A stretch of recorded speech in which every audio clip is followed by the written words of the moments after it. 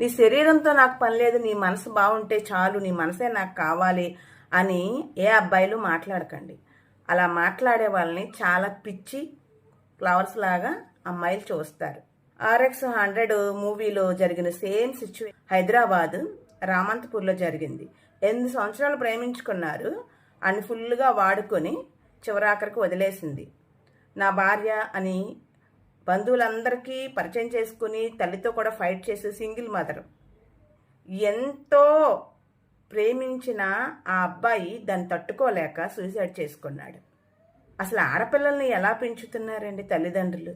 Freedom ఇచ్చారని రోడ్ల మీదకి వదిలేస్తున్నారు. నిజం చెప్పాలంటే కొంతమంది కోపం వస్తుందేమో.